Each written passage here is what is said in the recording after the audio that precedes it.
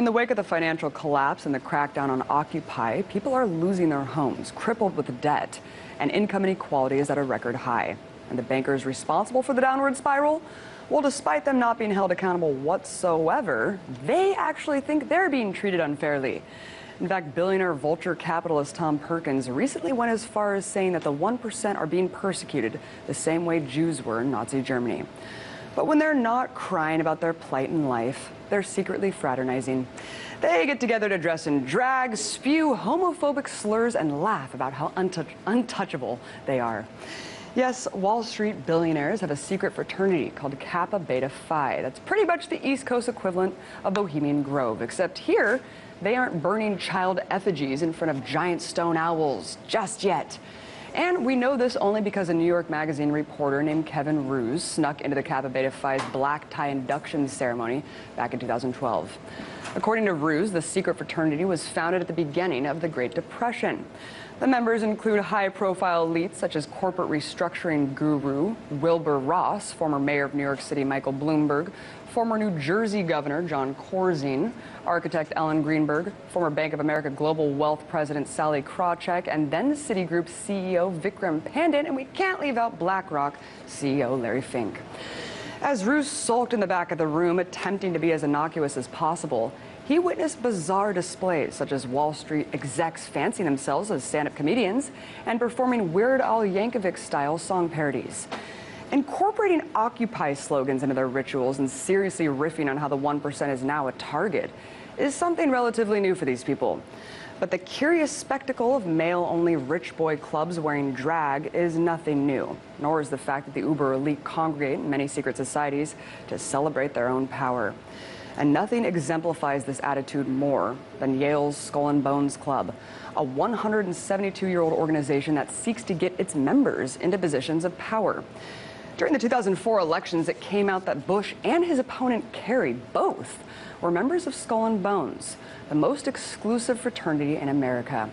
According to the London Telegraph, the phenomenon of the Yaleys, as Yale alumni are known, has provoked an intense debate over apparent elitism among Americans amazed that in a democracy of almost 300 million people, the battle for power should be waged among candidates drawn from the 4,000 who graduated from Yale in 4 different years of the 1960s. In fact, George Bush's family is full of Skull and Bones men, including his dad, George Herbert Walker, and his grandfather, Prescott. Here's old H.W. with his Yale Skull and Bones cronies back in the day. W. Bush also appointed 10 members of the elite clique to his administration. And check out how Kerry and Bush both responded when asked about the secret society in which they are brothers by the late Tim Russert of Meet the Press. You both were members of Skull and Bones, a secret society at Yale. What does that tell us? Not much, because it's a secret. Is there a secret handshake? Is there a secret code? I wish there were something secret I could manifest. 322, a secret number? There are all kinds of secrets, Tim. You were both in Skull and Bones, the secret society. It's so secret we can't talk about it. What does that mean for America? The conspiracy theorists are going to go wild. I'm sure they are. I don't know. I haven't seen the web. Number 322? As strange as their response is to any questioning about the Uber-exclusive fraternity, what's even stranger is the rituals they perform inside. According to The Scotsman, a Scottish newspaper, initiates must masturbate in a coffin while recounting their sexual exploits, for which they will be rewarded with a no-strings-attached gift of $15,000. Wow, masturbating in a coffin must have been pretty awkward for Bush if his dad was present. But hey, maybe we can expect some naked coffin selfies from him soon. Although little else is known about what goes on inside the tomb, it's widely reported that members, including George W.'s grandpappy, grave robbed the famous Native American Apache leader Geronimo, taking his skull and some of his bones.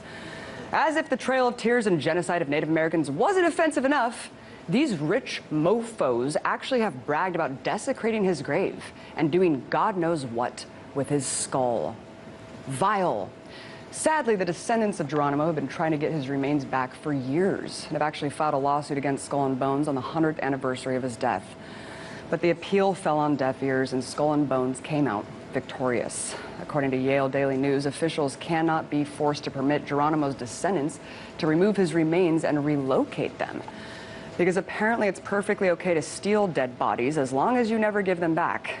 And if you know anything about Native American tradition, then you know how offensive it is to trap the spirit of Geronimo in such a dark and disturbing place. See, while this may seem like mere sensational fodder for tabloids, this type of behavior is actually indicative of the way the Uber elite view the rest of us peons and their role in society. Because hoarding the world's wealth and controlling the political process just isn't enough unless you can brag about it to your naked coffin buddies.